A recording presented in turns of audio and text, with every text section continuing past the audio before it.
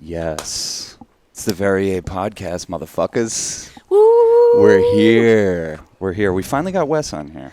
At last. Long time coming. For a while, I thought you might have thought better of doing this to protect your career or something, but then I'm like, I don't know if that's Wes's style. No, the point is kind of to be the person who has the career that's not something you're protecting. Can't be taken. It's radical transparency. Ooh, yeah. We've been practicing that. It's a real important thing. Yeah, that's when I got free. I was around your age when I realized that. That's what got me free. I was like 27. I think, enough. Yeah, a lot of people resonate with it, but when you stop giving fucks about if someone is going to be upset that you've done drugs, it gives you a lot more free time too. Oh yeah.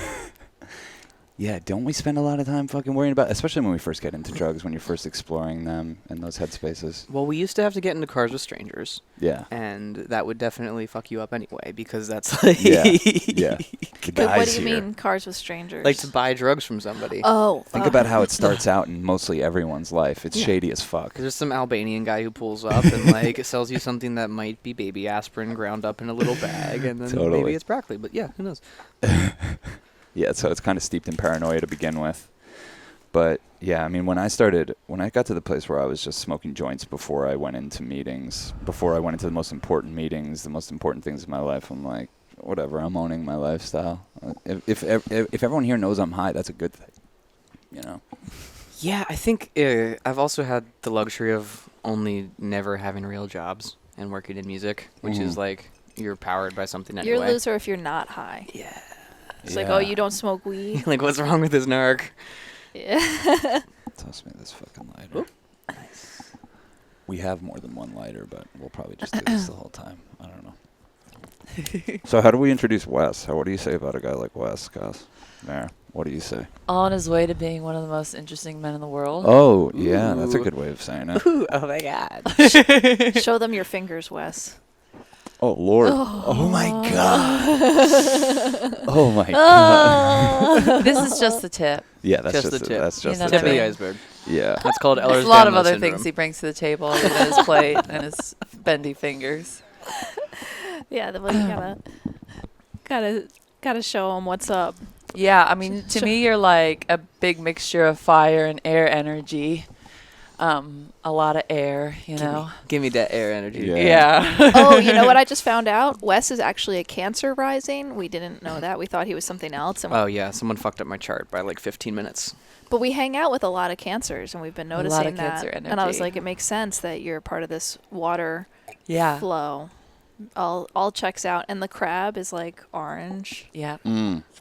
It makes a lot more sense for you. Yeah. Yes. Oh, okay. Yeah. And the rising's how you present.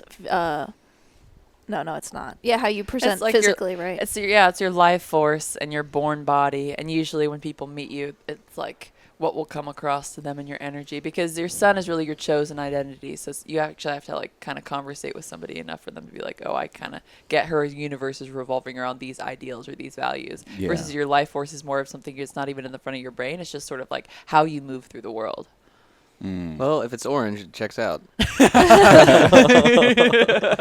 You've embraced this whole thing, just being an orange person?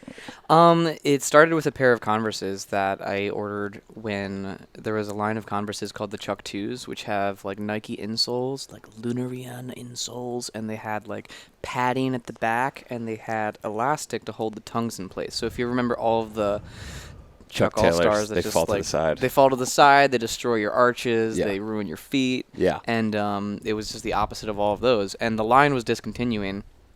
So I said, screw it, let's just buy all of these €12 a pair of shoes. And I bought this orange pair that I immediately started wearing to conferences. I was like big on the speaker circuit for the music industry and marketing tech and shit like that. And the brand identity of those hyper orange sunset glow Chuck 2s was like, it immediately eclipsed the brand identity of the company that I was working for.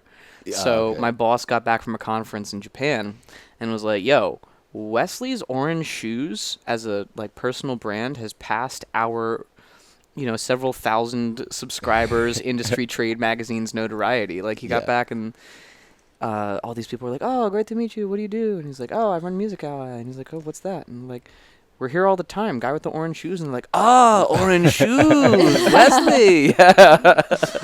And it slowly became a little bit more of like a monk-like activity, and as like I started to meditate more and also like just vibe out a little bit more with colors, and presenting myself with a color palette, I think that's where I went through a big bright orange phase, and then it's been softening out recently. Yeah, you're on a softer orange I'm on a now. softer orange phase now. Yeah, I'm glad for the viewers. For the viewers, For the yeah. viewers' sake. If you showed up in that jumpsuit you were at Space Camp in. Yeah, some of the oranges like don't show up on camera. They're just so visible. They're like You were glowing at Space Camp, and your commitment to that outfit in the face of anything, cold weather, hot weather, whatever, Yeah. You're a man of many mysteries, I think.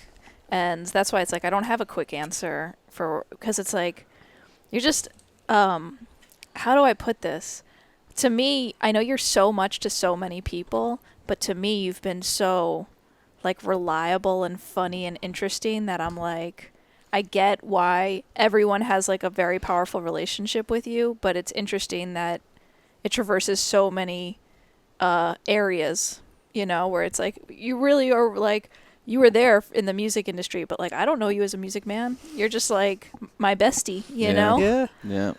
My other half sometimes, Oh, yeah. Aw. Definitely. we definitely have the side girl talk a lot. Some good shit comes out of those side talks.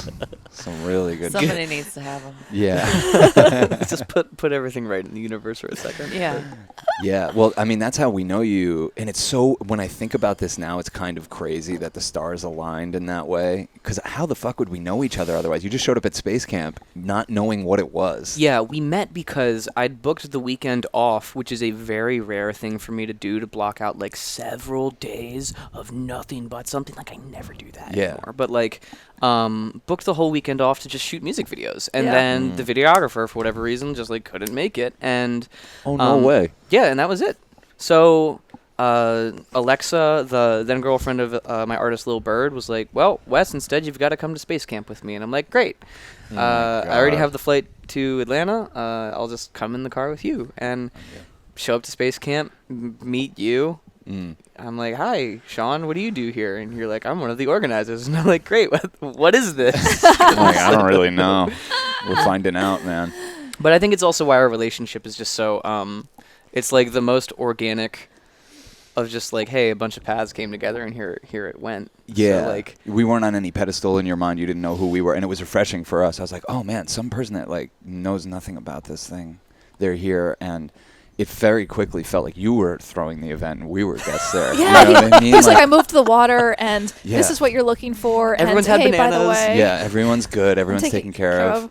When Yeah. we thought we lost somebody, we were like, find Wes. We have, it was totally like, yeah. And then, quickly after, like, we were like, hey, let's take this into the real world, and had so many fucking adventures and so many weird I substances. literally can't keep up with what you're doing, though. It's like one of those things, like you're buying a factory, you're living in Mexico, you're like literally, you're going to be an Olympian, you're... So the main things that I'm doing, just so some of the listeners know, is I'm usually known for being an artist manager. So I manage some rappers and some pop artists. And then the factory they're referring to is basically a few months ago, the music industry was still in a real drought as far as live music isn't back. That's a shit ton of the money that's in the music industry. And we're like, well, shit, how do we make money now? We should probably start selling T-shirts again. So I just kind of sought out the best people for like launching really beautiful clothing brands, not just like Not print merch on you'd get at demand a stuff. show. Yeah. Okay. Yeah, like stuff that would more be like stocked in a Burberry or a Selfridges or like a real GQ kind of launch thing instead of like buy this on tour. And found some of the best designers and factories in the world for that, and one of my artists went and visited a factory, and it was my first time going to a clothing factory, and I really I'd never seen in real life people performing the roles of machines so consistently. And I was like, yo, if people are mechanized, why on earth, like, how do we improve the quality of life that they have? And like, how do we increase the love that they have at work, and how do we increase like their capacity for creativity and play, and like, you know, the connection that they have with all the things that they're making. And Right. the guy at the factory and the merchandising company were like, shit, you're onto something. Do you want to like be our partner and change shit? And I was like, thank you. That's exactly what I wanted. And Damn. so I basically then just tried to convert a factory over into like a play-based art installation kind of thing. And this whole thing has been a very long 3 months in which I've learned a shit ton about how factories around the world work. Mm-hmm. Hasn't been particularly fun, and a lot of it has come down to, I think I really just have to start this from the ground up with a new factory, because Wow. when something's in place, it's just like, fuck that. Do you think it's in your genes to not have limitations? You know, like that you had a family that were Olympians and that sort of thing. Like, do you think there's something in you, or do you think it's passed down that, like, because like I would never, you're like taking on whole new ventures all the time. Yeah. I think a lot of it... Well, Taurus, I'm going to go ahead and stop you on the eugenics conversation. Yeah, Because the last time we let a Taurus run with that one, it got a little bit off the rails. I'm like, I was going to say, it's because he's an Irishman. Yeah, it's because I'm Irish. It's the master race. It's that simple. But no, I mean, my family, my grandparents are like inventors and teachers, and like my family has like a lot of just like world level athletes, and both of my parents are just teachers. And I had this conversation with my mom like 2 years back when I was like 26, and she's like, you know, your dad and I never really gave you advice, and you never asked for it. And like, I was like, oh, that's interesting. And she's like, yeah, you just kind of, you're going on this path and it's working, so just keep going, and it's going. But like, I think a lot of limitations, other than like, there are certainly circumstances of one's birth and position and, you know, caste-like things or wealth that allow you to have different resources to work with at the start. But like, I don't think a lot of rules apply unless you let them apply. Yes. Like work a 9 to 5. But why? Why not work 3 to 7 and work harder in that time and sleep in late and go out at night? And, you know, I think a lot of it like came together for me when I was going to college, and I really just had this goal to get through a bachelor's as soon as possible. So I just hacked together like credits from 6 different schools and presented it to a registrar's office one day and was like, I'm done. And they're like, you're not done, you have 2 years left. And I was like, screw you, I'm out. And eventually people just can't stop you. And I have like, the other thing is I have some like reasons that like I started to do things very quickly, like doing grad school quickly or like college quickly, because like when I was in high school, I can't even remember if I told you guys this story before, but like I was a really, really good saxophone player. Yeah. And because my fingers are weird and they do all this Oh my God. crazy stuff, I had these hand doctors, Doctors Sugar, Sweet, and Valentine. I think I might have told you this before. So the hand doctors are named Dr. Sugar, Sweet, and Valentine, and You they should look have at my been tipped hands. off that we were not living in a real reality. Yeah. That's where you're like, oh, the rules are mine. Yeah. And they were like, they took one look at my hands and they're like, oh, you're going to have like monster arthritis by the time you're 18. And I was like, well, I guess I'm not going to be a professional saxophone player then, which was like basically what I wanted to do. And then I got really into singing. I went to school for like opera performance. And then while I was in school, in college, a doctor was like, yo, you got thyroid cancer. We're going to chop out your whole throat. And I was like, well, guess I'm not going to sing. And then turns out neither of those things happened. And I just like, the next person who came along was like, oh, you've got like a heart thing. You probably shouldn't run marathons, as I'm running marathons. And I'm like, maybe don't listen to these people anymore. So like, health risks aside, I'm not telling people to ignore doctors, but like, when 3 out of 3 doctors told you had like, you're gonna fucking die from these things, and don't pursue careers on those paths, and they're all just 100% wrong. Damn, dude. It was like, hey, maybe we just make our own ways. Yeah. But did you keep running marathons? Like, are you still running? I'm not marathons? right now, but I mostly stopped because I started flying 200 times a year. And it just wasn't, it didn't become conducive to the lifestyle. But now that is something I've been getting back into. And when I moved to Tulum in December, I just started running and swimming again every day, and it's like amazing. But the reason I got into marathons is because like when I was in college, aside from doing 2 degrees in 2.5 years and like the theater department and shit, I was like, I'm bored. I don't have enough stuff to do. So I just started to see if I had the runner like Olympic genes that my other family members had, and like really push it far, and it works. So that's the fun thing about marathons too is most of the best ones are older because it just comes down to kind of like discipline. Yeah. But the really cool thing about it in my mind is like there's some expectation that the next generation of super athletes are just going to be keto monsters who are powered on being able to, run on ketones and take in fat really efficiently instead of just like carb load, run from there, the main traditional sports environment. So like I'm kind of just like holding myself in ketogenic prep for you're good at that. when they man. actually know how to fucking do that because they just don't yet. You've been a keto bro since we've known you, man. Totally. I totally forgot about that aspect. And on Modafinil. Modafinil. I take Oh, Modafinil dude. maybe like once a week. At this So, point. but what is it? So Modafinil is like a wakefulness drug, and if you've seen the movie Limitless, it's kind of like what that is Maybe based on. that's what we're missing. We need though. some of that And- shit. And everyone from I've got it with me. Incidentally, Well, we're on acid today, but well, that's- which feels similar. I learned the lessons from great. watching Limitless, though. but I mean, everyone from Bezos to education. Musk Yeah. to Steve Jobs, they all were like Modafinil.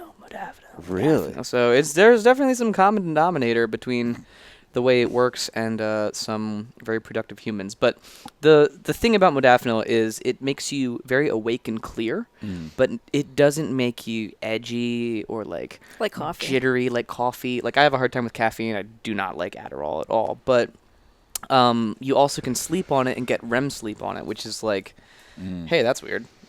So you've got this drug which basically turns on this wakefulness part of your brain that's only usually around for a couple hours a day right before sunset when people would be seeking shelter. And like you get really awake right before sunset, and you like seek out everything that you need to like finish throughout the day, and that's the time that part of your brain is usually open, and that turns on for 15 goddamn hours. And you're just like locked in. And if you have a list of things to do, it's really, really good. Yeah. Some people will say it doesn't help with creativity. I think you just think enough that like, or do enough that it does help with creativity. But I wouldn't try to like, I don't know, write poems on it all day. When is supposed to be your best time of day? Pretty much your most awake It's right time before of day sunset? at one point is right before sunset. That is my most dead point of day.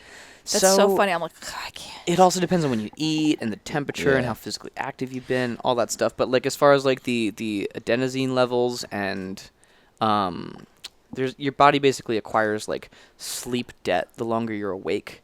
And if you think of staying up all night, eventually you get your second wind because you've overcome the cycle of your brain, of your circadian rhythm that's like, all right, we should be sleeping now, and you come back into the come up of your awake part. Cool. That's a wild ride. It's a young man's game. It's a young man's game.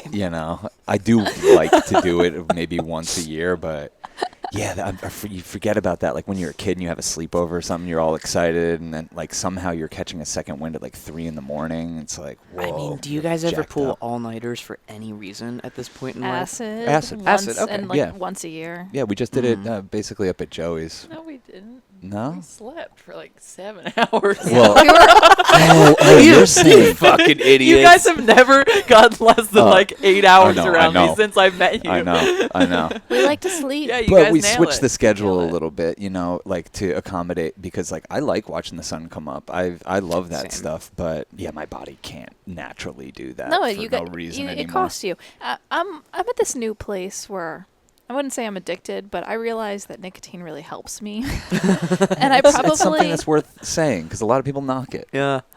Yeah, I probably should, but I've come to this place of like great appreciation because recently I've been using nicotine like once a day, like when I feel like a little fried out or like that I've hung out or just like been conversing with life and people and whatever for too many hours. Not that there's a too many hours, but you just get to this point where you're like fried out, whatever. You're an introvert.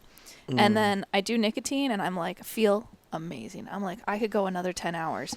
But it's not like I got an addiction to nicotine.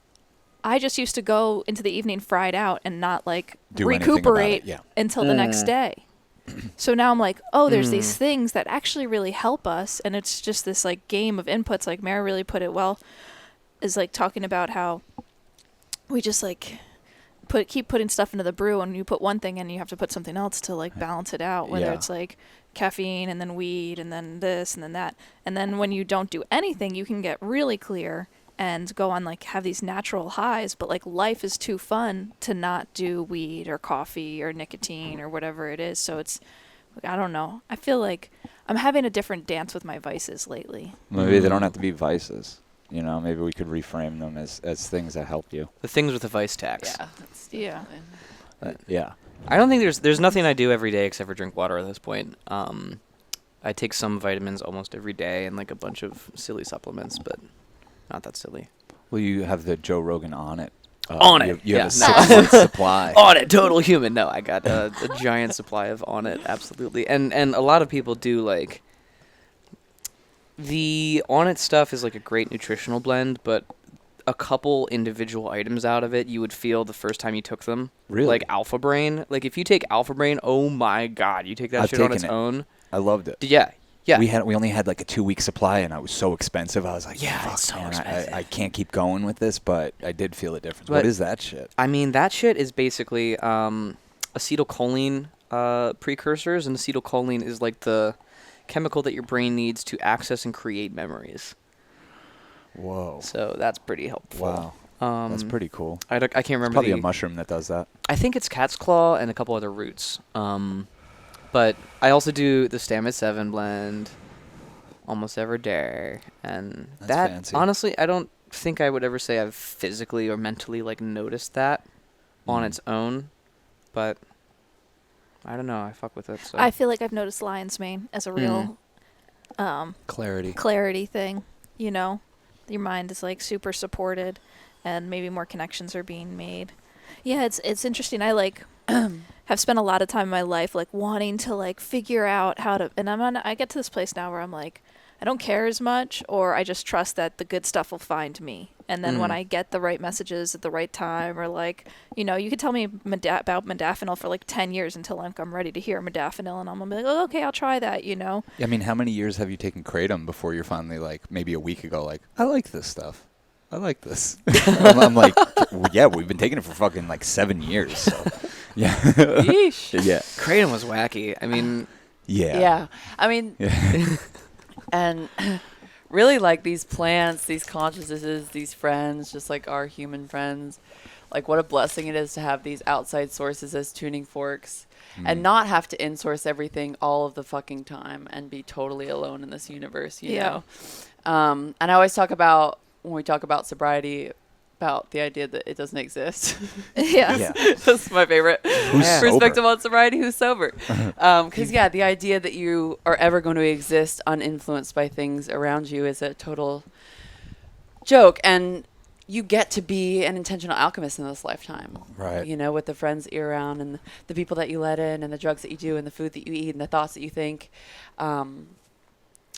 And that's kind of like where agency, I think, enters our life when you're traversing like all the dimensions that we're traversing through the Totally. wild and uneasy universe, you know. But even drugs, like even thinking about something not as a drug is sort of putting this like good, bad, you know, demon, angel description and judgments on the different things that I don't even like the language that I'm about, like, to cope, you know, that's how we think of it because that's how it's fed to us. But it's like, no, it's like, how do you want to interact with the things around you, you know? Your How do you want to curate your life, you know? When you think of like, oh, I need to listen to this music to cope. Like it's the same. It's the same. It's the most powerful drug. Yeah. Music. More Totally. physics. Yeah.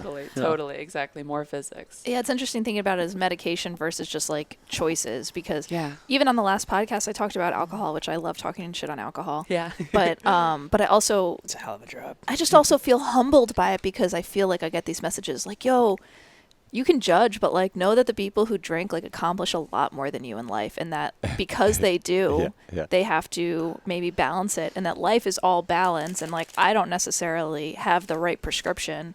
I think I'm doing you have all right. for you. I think I'm doing all Right. right for me, but also knowing that, there is something about alcohol that can give you rose-colored glasses. I think personally, I think it's over-celebrated in a culture for how much of anxiety increases, how it can disrupt families and whatever. But that doesn't mean that, I don't know, I'm just becoming more kind and about all this stuff. Yeah, and also understanding like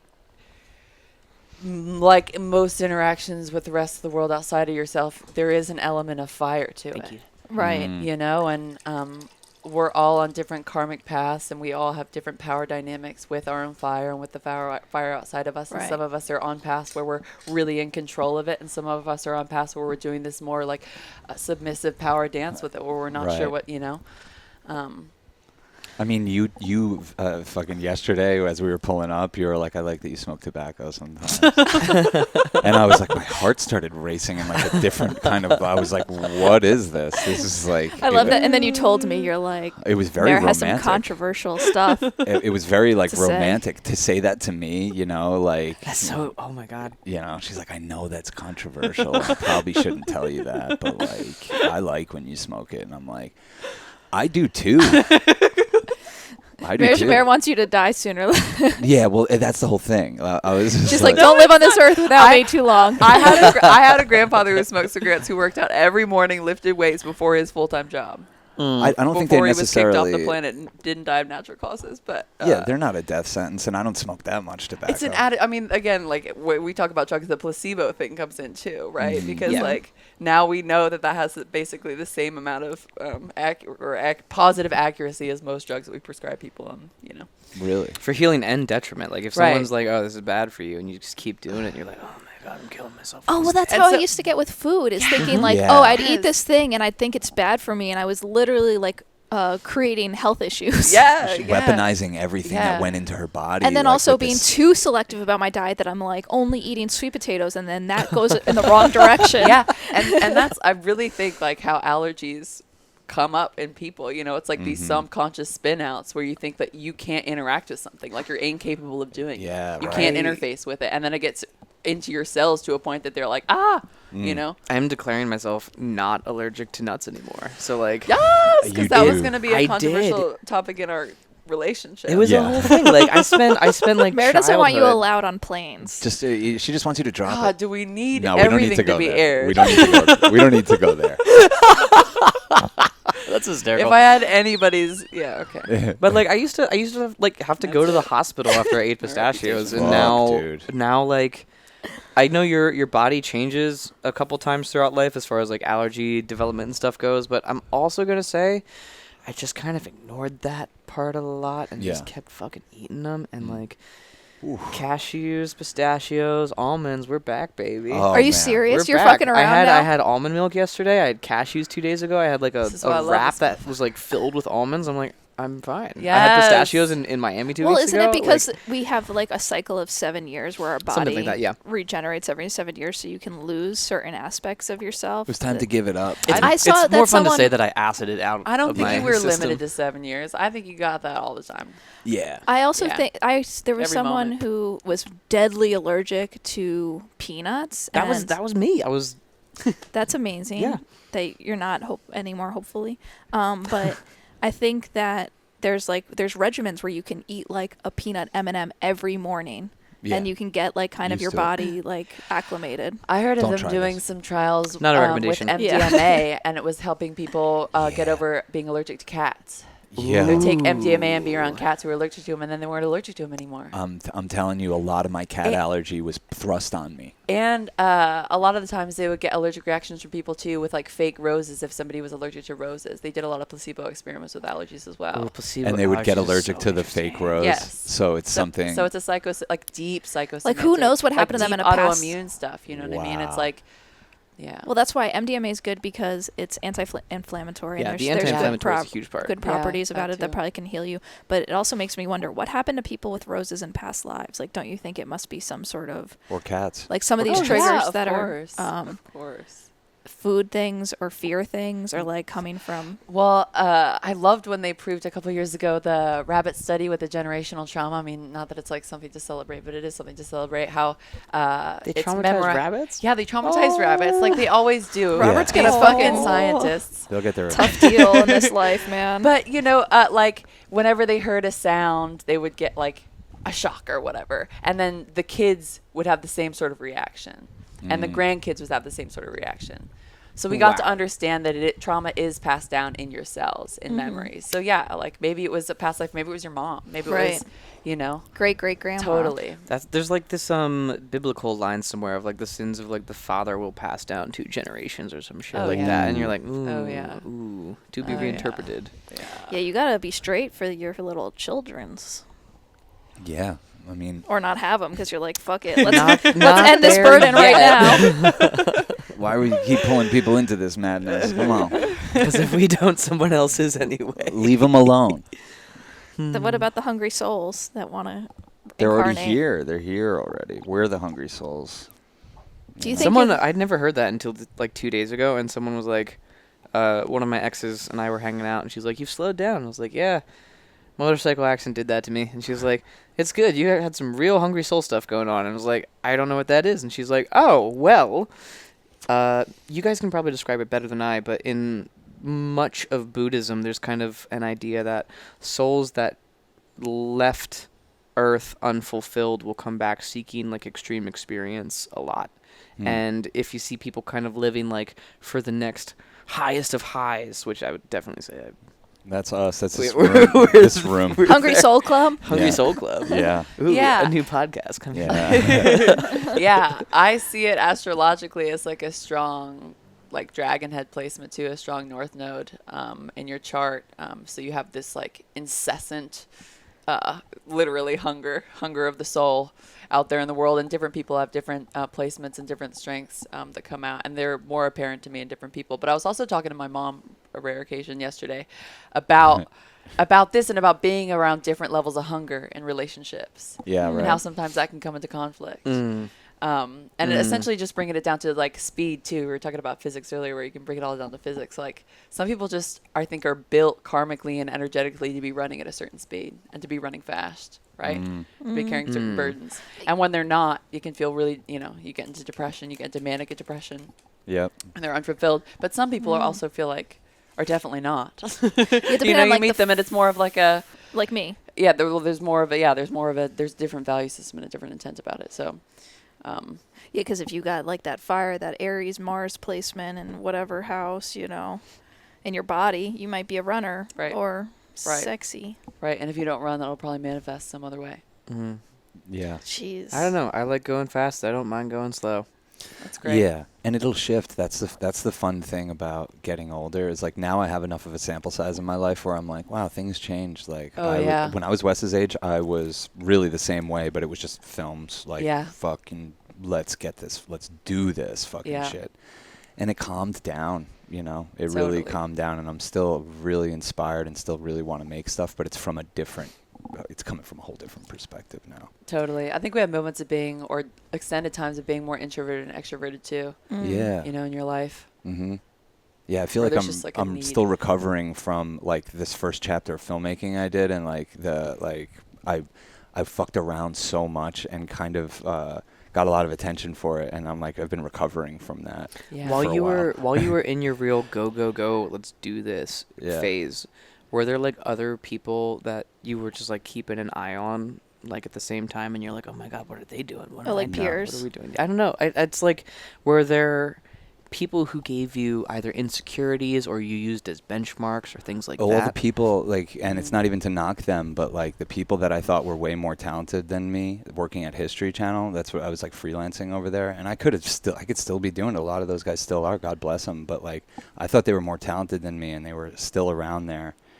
And I was just like, there's got to be a better way than this. This isn't why I got into filmmaking. Like, come on. So it was just really that. Like, I just don't want to get stuck. I didn't want to stagnate. So I remember I made this. I made my first short film, and I was putting it together for Sundance in an edit with an editor, and he's like 45 years old, and he was like a real deal straight shooter. And he was like, he just turned around to me. He was like, use this to get out of all this. He's like, you don't want to be sitting in this edit room when you're my age.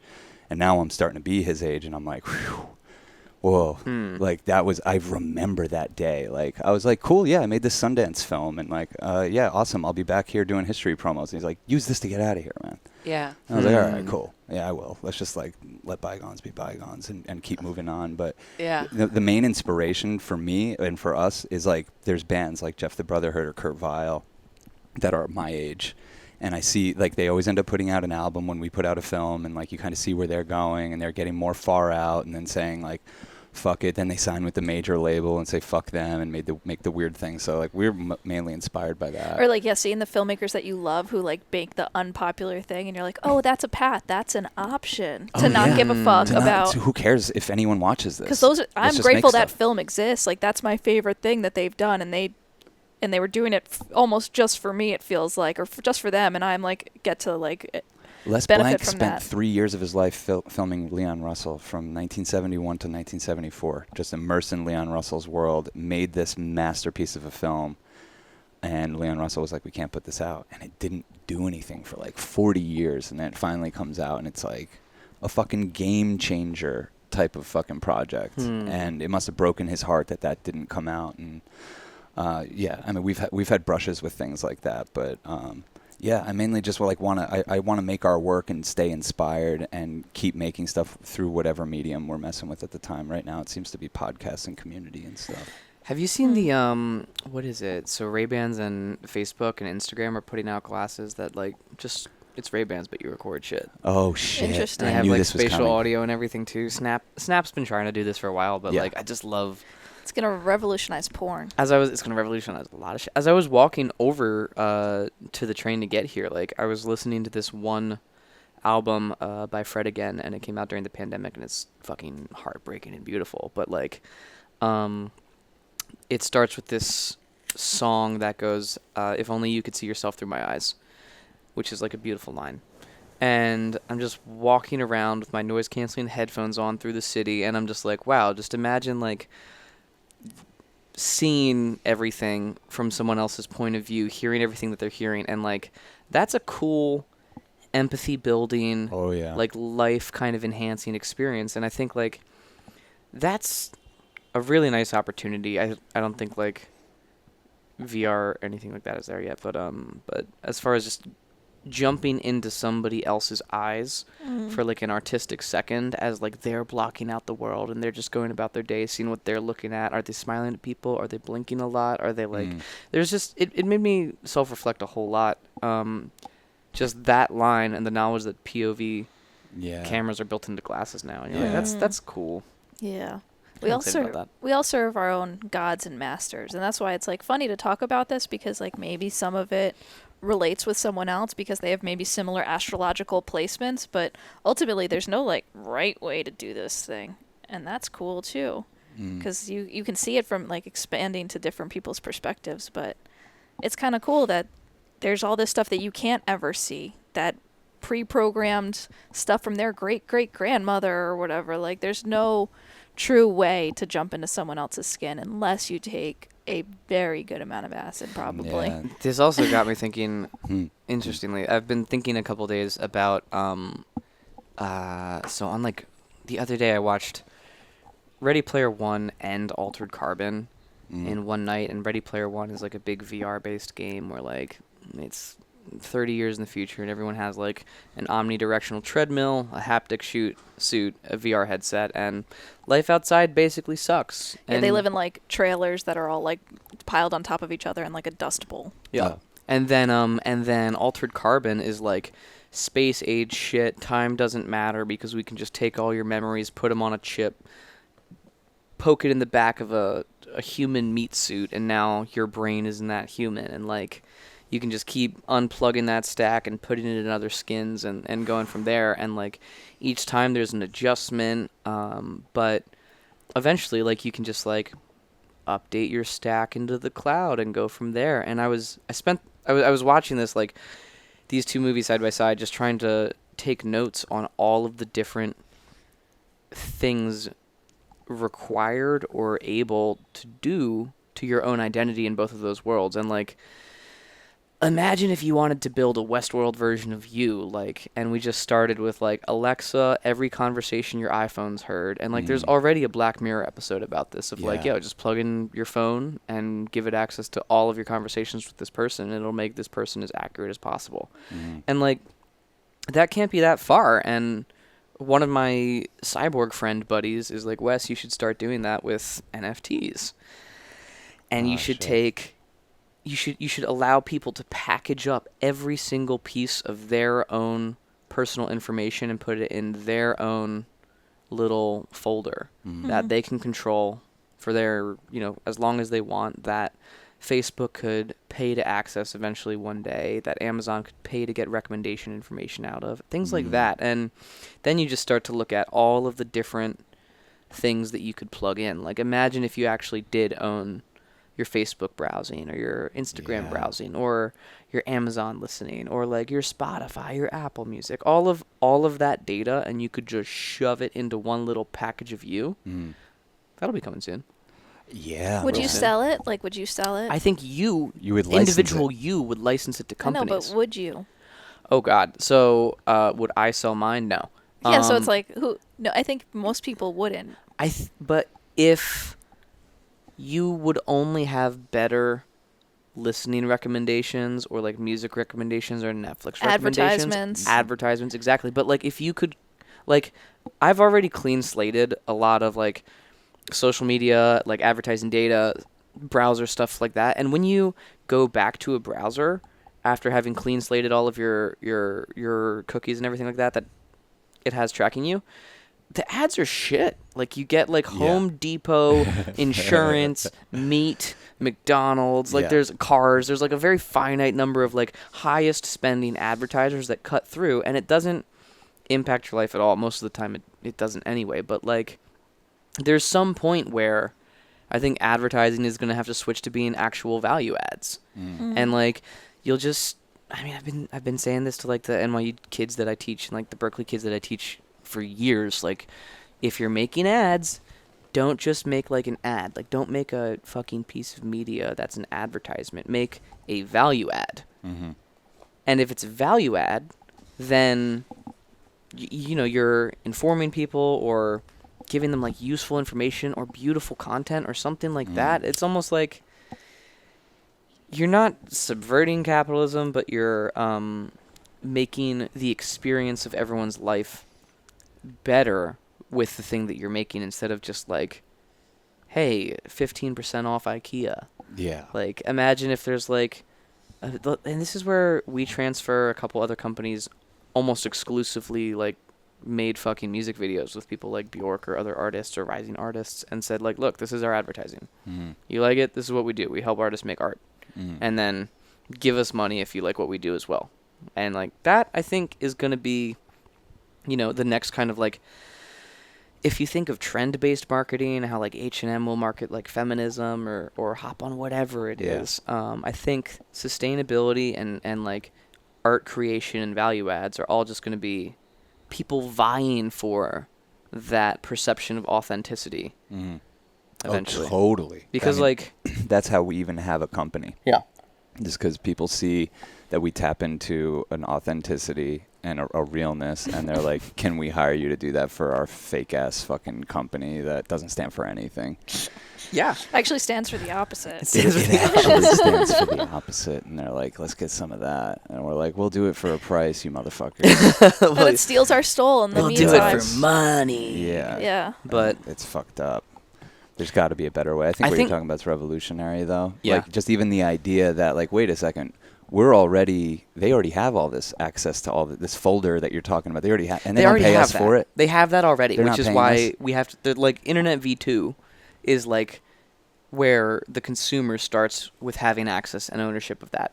And the companies have to license it out. Internet V1 is all of these companies began with offering you a service for free that you got access to for free because you're a product Right. of that service. And when advertising is like a minute change in your behavior that eventually hopefully makes you do something that generates a company money, then it's something that inspires that minute change in behavior, then the ad model internet hopefully isn't the next internet because it's a fucking shitty model. Oh yeah. Like it really just lets people buy your brain. Mhm. And that's a conversation that's been had before, so.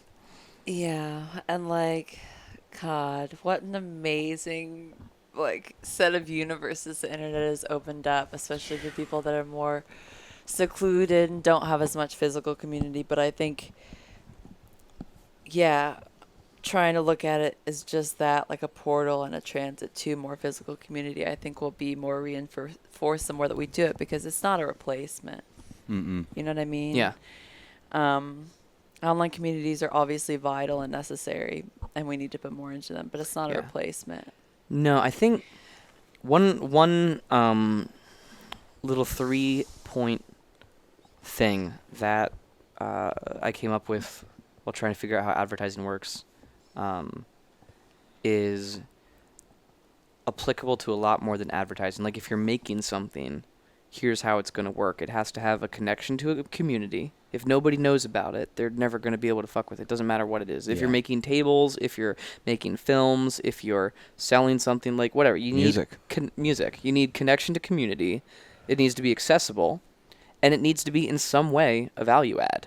Mm. And if it's not the most accessible and it's just in the middle of the community, like McDonald's, like it's not that much of a value add, but it'll stop you from being hungry for a minute, and it doesn't cost much, and those are two, things that add value. Like, when you think of that in an art perspective, and if somebody's going to start cold making art, how they get that out there, it has to come from, look, you've got to put it in front of people, and that's also where advertising comes in. So, like, half the reason that I'm, like, still happy to work in advertising is because I just do it for art. Like, I couldn't do it for Coca-Cola or, like, a thing like that. You do it for artists. I literally do it for music. So Yeah. it's, like, hard Those to... wins must be so satisfying too when you Yeah, watch man. one of your artists go from like 2,000 followers to like 45,000 followers, or break through, or their songs on TikTok, or and then you turning people on to a vibe. Yep. And, like, a lot of it just comes from, like, the organic shit. Like, our one song that I work with an artist called K-Camp, and he has a song called Lottery, and it became known for something called the Renegade Dance, which is when a 14-year-old dancer in Atlanta made a TikTok dance that got huge viral pickup.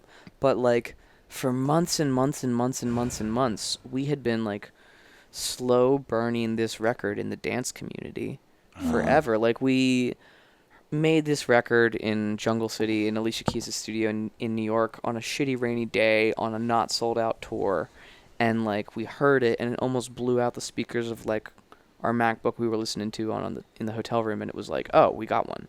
And then we knew it was a dance record. As soon as we put out the audio, people started dancing to it and putting it on YouTube. We started, like, reposting those dances from, like, our actual artist socials, and a lot of large artists don't do things like that. Yeah. And when, like, Yeah. eventually we came around to making a music video, we'd seen, like, trends in K-pop and shit. Like, hey, if you want a lot of people to interact with your music, work with this specific community. That will make things explode to a bigger community. So, like, we put 17 choreographers in a music video that cost very little to create. And then we exclusively marketed that music video via ads to a dance community for ages. And eventually there's 10 billion views on this song and 35 million videos with the song in the background. So it's and we're not a like, coincidence. no, it's not. I mean, sometimes there are coincidences. I think it's very rare. But do you think, I can't even think of a time where you'd attribute it to coincidence. even if it is a coincidence, Yeah. don't you think it's also reflective of like how much effort you put into the universe? Like, I'm on this Yeah. vibe where I'm like, yo, I might not be working in the right way for this thing and how it's going to come back, but me showing up every day and moving momentum, like I feel like I have this universe that's like looking back at me Yeah. and like, oh, she really wants this thing. Yep. And Yeah. there's a lot of people, like, this is where I really like the observer effect in human behavior. So like if you think of in quantum physics, when you look at an atom, and because you look at it, your act of looking at it with the machine requires some energy. It moves the atom, and It changes particles. It changes Like, particles. It can change light particles. it can change what it is. And scientifically, something doesn't require a consciousness Mm. to be subject to the observer effect.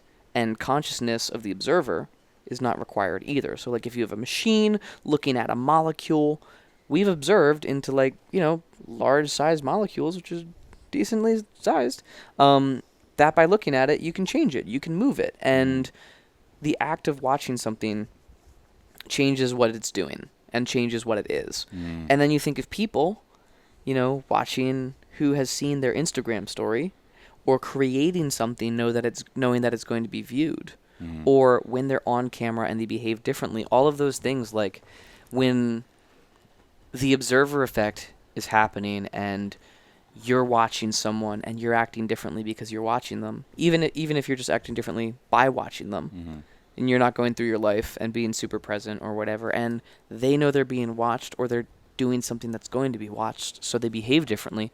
That is what causes quantum entanglement in people. And quantum entanglement is like when you can't tell what the state of something is because it's stuck in this loop.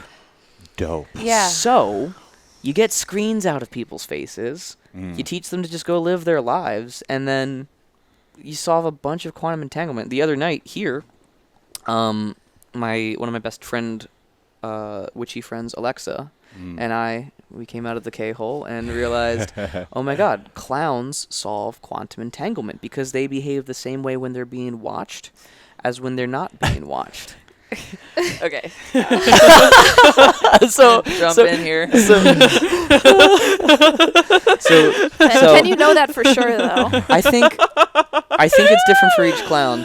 Yeah, no, But yeah, I would but say I think that's also where play and the state of play or the state of being in flow, like it doesn't like if you're in the groove. So I think it's less of like the act of watching something and more of the belief of the consciousness around another belief system of consciousness, and all matter is a belief system of consciousness. Oh, 1 sec. And Can you so- say that one more time? This is what I mean when Mare and- talks on the podcast, and I'm like, we got to slow these down and I- isolate her things. I've missed like an Inception layer, and they're like, boom, boom. Well, like what Cass is saying about like, you kind of get what you put in with the universe, and that's true. And I think that we're coming to find even more so that like you also get what you believe. Right. And there's a whole new layer of give and take with that too, because it does seem like you meet some people who work seemingly physically less and get a lot more out of life because they expect to get more and they sort of believe that they should get more. You've said that about me. That's not true. That's not true. But I do think to be successful in the world, you obviously need to have a good combination of like hard work, but also believing that you deserve the things that you want in life, which is like honestly a pretty deep and rare thing to come across because we're all pretty like self-loathing and carry a lot of guilt and judgment and whatever the hell. So I don't even know if it's that you believe that you want the thing. I think like because I don't believe like, oh, I don't think I want this thing, or that like you deserve it. Or that I deserve it. But like I think I'm like, oh yeah, capable of that. Definitely that too. can It's do that. Yeah. Circling back around to the limitlessness that we were talking about earlier, like, and also with the whole observer effect we were talking about, really is the whole like drugs don't exist because we're all influencing each other all the time just by being around each other. Yeah, right? it's like Salvador Dali said, like when they're like, what drugs do you do? And he's like, I am drugs. Yeah. And you're like, Yes. yeah, they're in us. And we're not even just talking about like Kundalini ascension shit when you're doing yoga. Like it's you're affected. We're all affecting each other, and we're that's- affected by the objects that we have too. you know? And like, that's why it can be so powerful to just like remove something from your house that's from like an old relationship or something. Cutting off your hair. That too. Holy shit. That Putting a could be bed in your huge. living room. Putting a bed in your living room. See what happens. Changes your life. Game changer. Fuck around and find out. Let's see what happens. You know? Now we have a bed in the living room. It has changed our trajectory in some way. As someone who manages artists, and I think that there's a lot of artists that listen to this podcast, and I really like what you're saying about like this holistic approach. Oh boy. And like thinking outside the box. But like this is, I don't know. I want to open space for you to pontificate on that a little bit, because I think that there's so much value in that. I manage artists in a very atypical way. So Yeah. like what I do is I will work with people who want to start businesses, or a lot of the time, like I got into artist management because artists saw me being like a music industry leading consultant. I like helped bring the marketing departments of Universal Music in-house to the company. So they used to use a bunch of agencies in 30 countries around the world.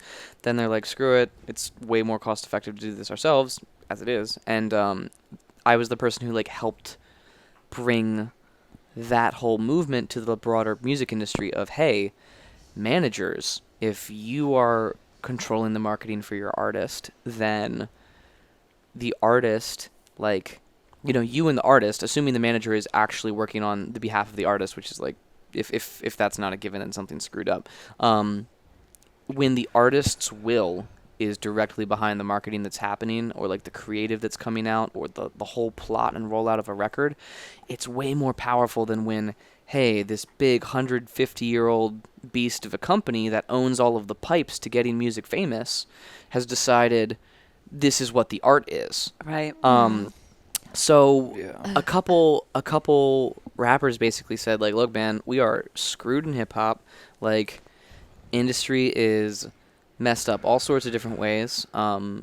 Everything from just like the genuine slavery and racism that goes into a lot of like hip hop contracts or relationships, or even the way that the label interacts with people is so different from the pop world. Mm-hmm. And they're like, yo, we need your help. We need people like you on this other side of the industry, plugged in to the top of the business to business food chain, helping the artists. And I was like, Right. oh, you're right.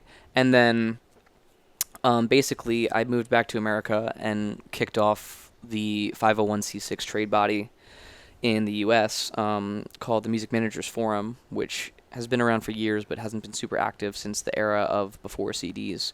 And relaunched that whole thing just to try to help managers and self-managed artists have more of an idea of how can you access funding, how can you carve things out in your contracts, how can you own the data that otherwise like Facebook or YouTube or Amazon or whatever is, or Universal Music or Spotify is owning. How do you make sure that you're owning that, they're paying you for it, if they're even getting access to it, and things like that. So when I started working with artists, it's because they wanted to start bigger companies. Like, they wanted to start their own record label and their own studio and their own marketing company so they could do all of it themselves. And I was like, sure, I know how to do all that. It got different when artists who don't so much want to start companies were like, hey, you're the person who can help us live the right life while we're still being an artist. And like recently, I'd say Maddie Noise is the best example of an artist I've been working with whom we're not super focused on starting companies, but like she was on The Weeknd's second album when she was like 17, and she's been in the music industry like longer than I've been an artist manager. So I'm like learning from her all the time, and she's just this absolute badass who is also like grounded, wants to make art, wants to be a pop star, and the reason we started working together is basically because we recognized that we both go deep enough. Mm-hmm. And we can go deep enough with each other relationally, from like, you know, a perspective of how we view the world, how we want to interact with people, the depth of art, the, you know, what's good. Psychedelics may be involved. That's part of any good relationship. Yeah. Important starting point. But most of the time, management in my capacity, the way that I'm working people is when I'm working with an artist, I'm giving a grown-ass human advice, and they can choose to take it or leave it. Mm. And, like, I'm basically something like a marketing consultant, lawyer, accountant, security guard, drug dealer, psychiatrist, therapist, mom, dad, best friend, like little brother. It's like the relationship runs the gambit, but that also brought me to the conclusion that I really couldn't work in a large normal company again because it would be such a reduction of love from my life. Yeah. And that the way work-life balance is usually more of a work-love balance. Because when you're at work, a lot of people are not getting any love in that time of day. And they're getting, like, you know, whether it's from their work relationships, they have them all sectioned off. And I'm not saying we should just be, like, fucking everyone in the workplace. Nothing like that. But, like, we should be able to go deep and administer to each other's goals and creativity and, you know, love, well-being, all sorts of things like that. So it's, I don't know. I'm just at the point where I want to help a lot of people, and this brings us back to the factory. Like, if you can take somebody who works at a factory and reintroduce love between the relationships of their coworkers and initial creativity to somebody who's in a mechanized role, they're doing the job that can also be done by a machine. How do you do that? And the answer kind of came down to, like, play, giving people time, giving people space. And if you think of, like, if you could look up everybody who worked on this shirt, or this shirt had, like, a signature from every single person who worked on it, there's probably, like, 10 people who worked on this shirt. And I kind of had this idea of, if we're making clothes and we put a way for you, the consumer, the owner of the clothing, to connect with all of the people who made each clothing item and see all of the other clothing items that person made, there's a whole different exchange of integrity of work, because the person who works in the textile factory or whatever is now received as an artisan again, and you can see their whole portfolio of work that otherwise is just behind a closed door of a factory. And inversely, if I talk to some of my, you know, very, very high-tier fashion friends who will stitch, like, the Fashion Week pieces for the Hilfiger brothers and stuff like that, and they think about what they fall back on if they're not inspired, they will look at a photo of whatever client or whatever person they're making the clothing for, and they'll think, wow, look at that person. And that reintroduces respect for what you're doing. It reintroduces, like, a sense of purpose to what otherwise might be running a sewing machine. And if you're running a sewing machine all day and you don't feel like you're, you know, elevated or free, or I don't even want to say in flow there, because you can get in flow state doing menial work, but, like, you know, being creative and helping people and helping move the world up to a higher vibe, I think it's very hard. Yeah. So eventually, basically, the summary is I got a factory so I could install chips on clothing, and we could connect those chips to NFTs so that each of the factory workers and each of the purchasers of the clothes could Smart. access each other. Why is it that install chips has such a negative I connotation? know, it's so Because, like, crazy. you're talking about something and then you say install chips, and I'm like, oh. Yeah, It's only like, crazy to us. It's like a little mini brain stroke. Like, so my cyborg friends are like, yo, you should start shipping people with their NFT chips of all their data. And I'm like, I think We're not far from it. we're not far. I don't know if I need to be the one who does that. Would you do it if there was an NFT chip or whatever that you could I be? still might just do it for the PR. Yeah. Yeah. Just because, like, Every photo of you is now attached to you. every photo, all of my Facebook download, all of my Spotify download, and, like, every time I, like, tap it to this one NFC chip reader, like, it updates all of those data pools from those sources. Like, that's a very easy, semi-artistic, like, critical, here's where the world is with data ownership and a lot of the talk of NFTs is like owning something. So an NFT is like, God, do we want to go down this path right now? We're gonna do. I'll do a super short summary of NFTs. NFTs are non-fungible tokens.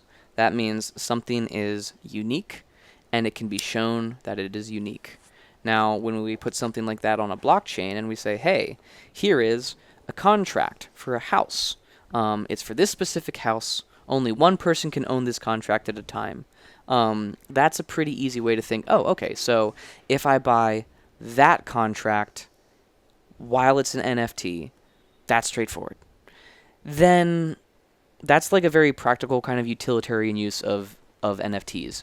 Most people have just been taking works of art that they've created, setting them up as a token, and then selling them in a new form of direct-to-consumer sale, where you can see who posted the art, you can see who buys the art, and the creator and poster of the art gets the money directly.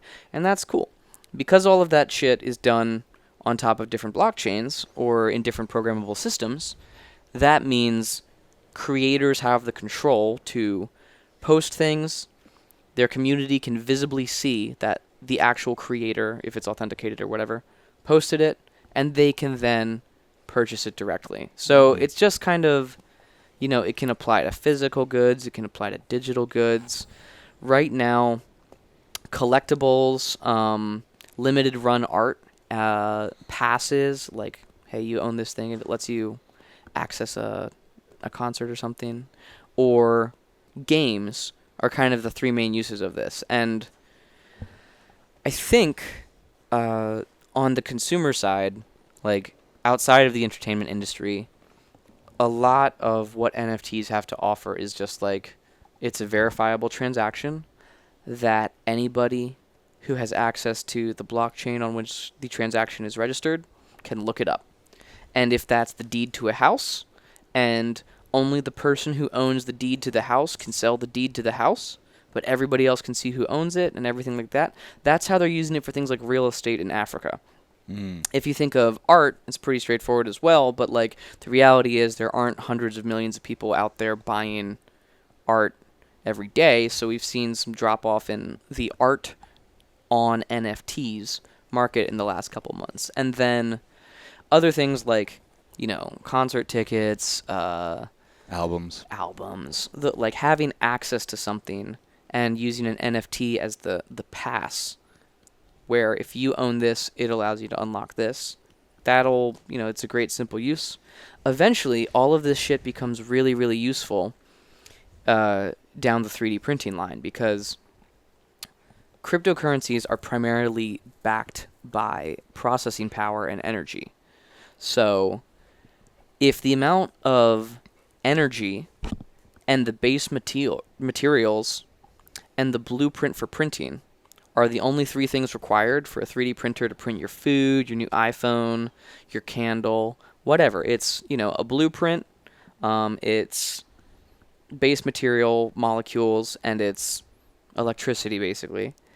Then the cost of that can be described all on the transaction, and the cost become the same thing, because it will all be backed by energy, which is wacky. Because if you could take the molecules from a candle and turn it into a cake, or if you could take the molecules from a glass and turn it into a cake, those two things would require different types of molecular manipulations. And like, we're in Star Trek land now, but like, if the human race ever makes it here, it'll be really cool. Because like, imagine if you buy an NFT of a candle and the NFT contains a single-use blueprint, the electrical formula that your 3D printer needs to use for switching molecules into a candle, and then the amount of electricity.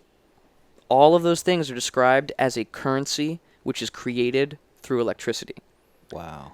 So that's some fun future shit. There's no shipping. There's no distribution. There's no manufacturing. You could account for all of that too. So we've started describing like the 3D printing futures as d-commerce, like it's decentralized commerce. Cool. And then you could bake in the shipping costs, you could bake in the environmental impact, you could bake in the fuel, everything. You could bake all of those in to the cost of a good, along with the record that the good has been sold on a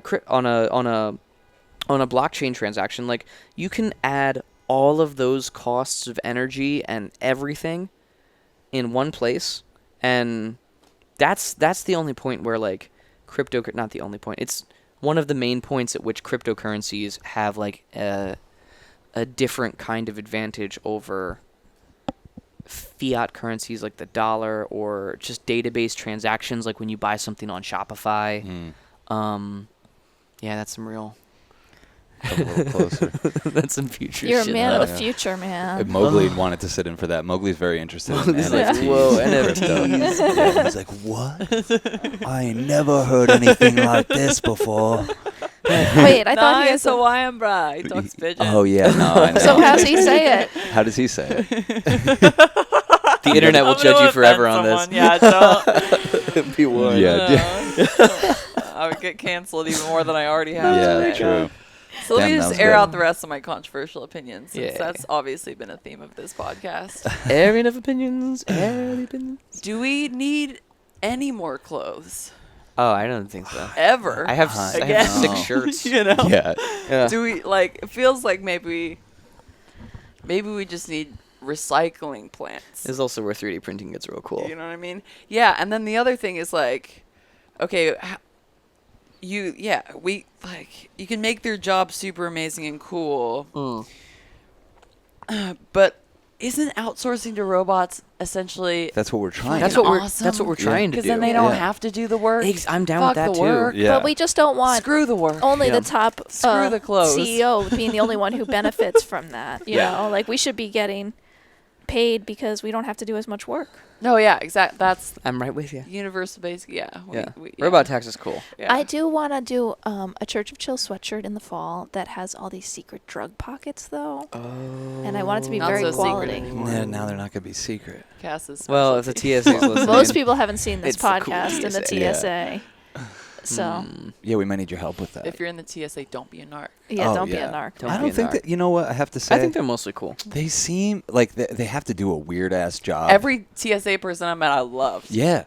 They never Homie. bust balls about the drugs, really. And I know They're there we've for the all- bombs. They're there for the bombs. They don't Sometimes they care. let you keep your lotion. I've kept a lotion or two. They go, like, they put your jar of weed right to the side. They, you know, the They thing took my there. hot sauce the other day, though. It's Mm. rough. They were like, "We want this." They're like, oh, Yeah, whoa, they were missing there. whoa, Yeah. Franks. Yeah. Yeah, I don't have those high quality brands.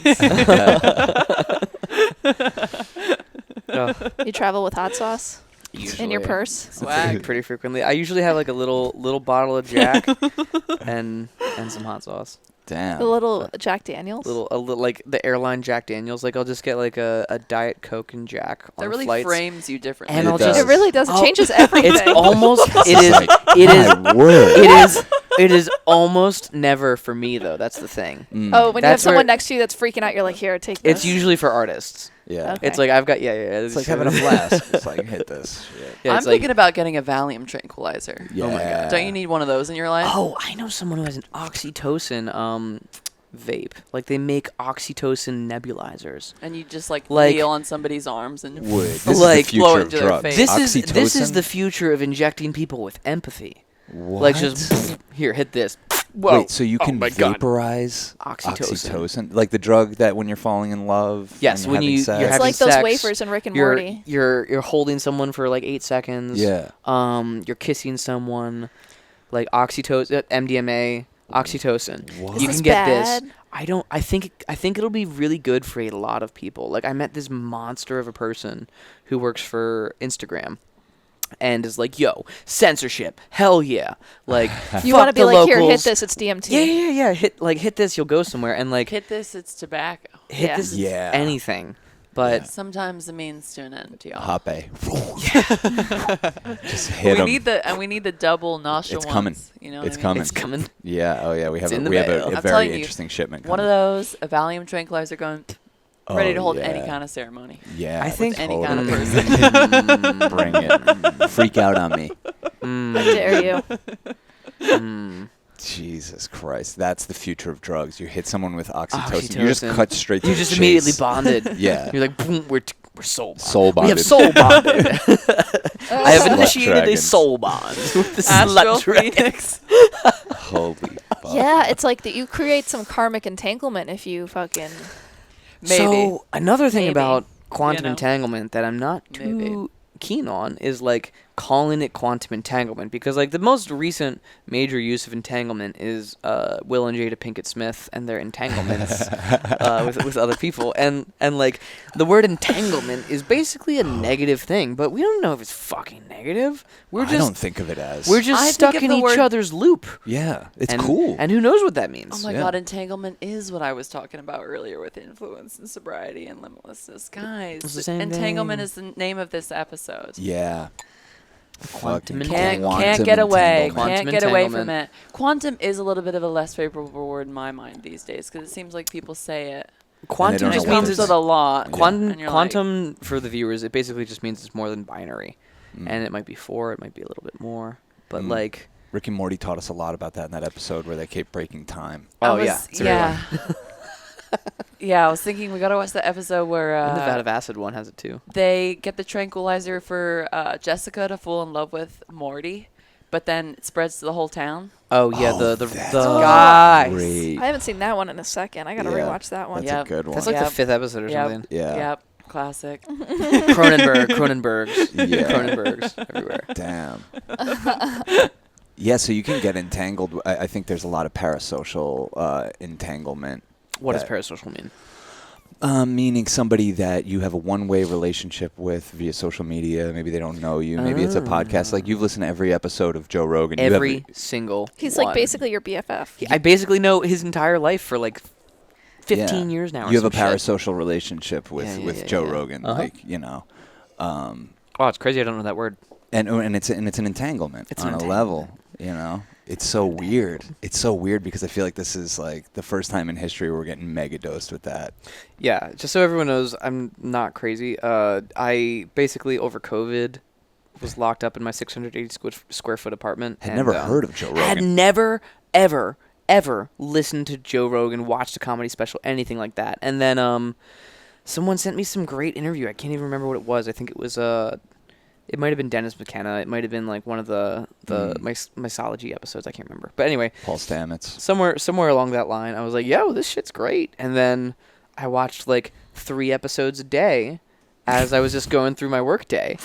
Turned into a total Rogan bro. At 1 speed. Then I discovered Yeah. the speed multiple button. And I was like, oh, so there's 1,500 episodes. They're basically 2 hours long. I hit this bitch at 3.5 times speed.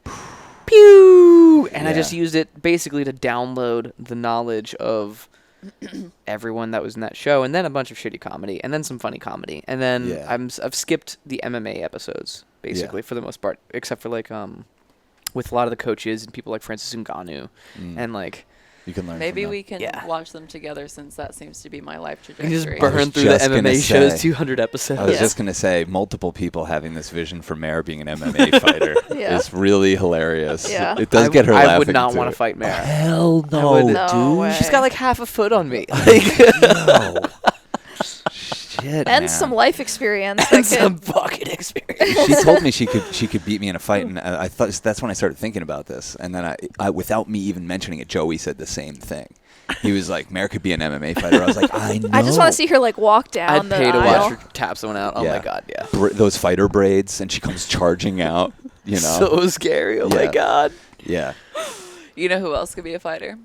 Alexa. Alexa. Alexa. Yeah, she'd be. You guys would be a good tag team. Yeah. Just taking bitches Yo, down. there's this in Russia. They have like 10-on-10 MMA fights. No, Like they have fucking fucking way. teams. Oh Wait, my is that God. on YouTube? That's on YouTube. We can watch some of this shit afterward. It is mind blowing. Like What? imagine there's an obstacle course and they just open the gates and like 10-on-10 teams run at each other. Wow. And it Doing is that here. It is the they might. I don't know if they do. Holy like, shit, but- dude.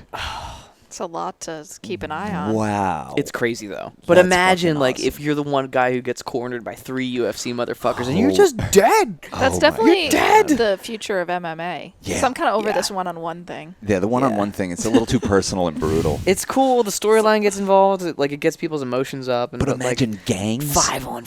5-on-5, and you get to know these guys over the course of a Gang, season. gang orgies As are soon as you said intense, gang, They are. as soon as you said gang, it's like ooh. Yeah. No, I was there before you said it. You know what I mean? Because fighting Oh, is man. very intimate, very It's like the intimate Warriors. sport. Yeah, it is. Oh, Yeah, and you know what I mean? It's one of the most intimate sports there is. yeah. Imagine that, a Warrior-style fighting league. You just have Oh, to and they call all- it Warriors. And we have a Yeah. reality show that pairs with it where they live in a house always under surveillance Of course, together. that's even more interesting. They all fuck the same girl. Yeah. Oh man. And each other. Now it's gang wars, gang bangs, Yeah. gang I mean, I didn't mean at the same time. gang but gangs. It Oh. could be. It would definitely happen off camera, if not on camera. Ooh. Oh man, we're pitching good. We're This is pitching. good shit. This is a good pitch. This is a Dana good White, pitch. if you're listening, Yeah. here it is. Gang House. Holy fuck. Gang. man. Sequel to the UFC. It's like a Futurama trope. Yeah. After man. the UFC came to part 2 with Gang House. And Mm. like, That is the fucking future, man. Damn, dude. Fucking incredible. Do you want to keep doing it, or do you want to fucking look at this? We did just great. fucking talked for an hour and I had a 22 great minutes, time. like nothing. you can talk for It's 7 more if you want. It's probably what we'll keep doing, but we're vibing. I think we're. I think I may take a little bit more of this acid. Yeah, Hey, pass that shit. we've been having. Yeah, we should have another drop. Wait, are you I don't on think the? I've ever done this on camera. Are you It's on the gonna- Orange Sunshine? We're on the Get me microdose excited. version of it. Oh god. We're on the microdose. Wait, but the stuff How I come gave you people guys. no, watch? we're Okay, scared of okay. that. I know that's why we should do it. Well, we'll have to do a full drop. This is a microdose. Okay, okay. It's more than a microdose. It's. Are you smoking it? No. Oh my god. Okay. Can you? I don't know. I don't know if it metabolizes that way. Yeah. Viewers, if you know if you can metabolize acid via smoking, Do it. like 2 of them. Somebody would have already done that. That at the Yeah. end of Once We Upon a Time absolutely in would. You Hollywood. guys want to see? Oh my god. Oh, He yeah. smokes an Right, acid he laced smokes the acid. cigarette, but I think it was probably more PCP would do that. Interesting. Yeah. Hmm. Cool. Fun Yes. times. Fun times with Wes. It's always fun time with Wes. We've had so many adventures. The movie that you and I are gonna make. Oh my god. Should we tease it out to the real fans who are this deep into this? If you're this deep in, you can. Yeah, if you you're can know this about deep this. in. Okay. Well, the Martin Scorsese already made the movie The Irishman, but this is The Irishman. The Irishmen. And it's us in a clown motel that we know about in the desert. And it's like probably a 5-day production of us doing copious amounts of drugs, that are. And we added this element the other night where Alexa just comes to the door and there's just a knock on the door maybe every 2 hours. And it's like, here you go. And we really have no choice It's about it. however much time, and she'll just present us with whatever drug we're doing next, and we just have to do it. And There maybe might some be a weird guest. person too. Yeah. There might be some Yeah. other people. We might have to fight Mare. Yeah, totally. we get Mare comes in tranquilized. dressed as a kangaroo with boxing gloves on. We have to fight her. So it's just I'm gonna already. be Y'all ain't paying me enough. I already know. Like. Yeah. This is our fear and loathing. I just feel The like Irishman. The Irishman. And this the place I'm thinking about shooting it has a cemetery in the backyard, and the people that work there are fucking weirdos. We'll be There's there for characters. days. Yeah, we'll be there for days, just doing whatever, and trying to hold it together and trying to go deep. and- Armed to the teeth. Oh yeah, totally. Talk about quantum entanglements. You guys might man. come out clowns too. Yeah, I'm going in my clowns. God. Oh, if we go in a prison jumpsuit. Oh, Oh my god, can you absolutely. imagine if we go in like as handcuffed? Like, oh my god, there's so many. Yeah. Oh, should we handcuff you guys to each other? Oh, That's gonna be one of them. She just comes in with That could handcuffs. be like a 2-hour stint. Yeah. Oh, We're like, damn. Imagine what drug would be terrible to be handcuffed to somebody on. Most drugs. Most are you right-handed or left-handed? right-handed. Okay. He's weird-handed, and I would have to be handcuffed to him, and he'd be doing. I'd be like alien handing. Yeah. So stay tuned for that movie coming out one day. Maybe someday soon. I'm Probably. I very. don't know, we could film it this year. I feel like we could do it this year. We and could do it'd be it this really fun. week. Yeah, totally. And it'd be like an hour-long experience of us freaks bouncing off the walls in some motel room. So, yeah, stay tuned for that and lots of other collaborations with Wes. You're our guy. We barely scratched the surface with you, but this was fucking fun. One day we'll have you sing us a little ditty. We're gonna make you sing today. That's why we just gave you that drop. Oh boy.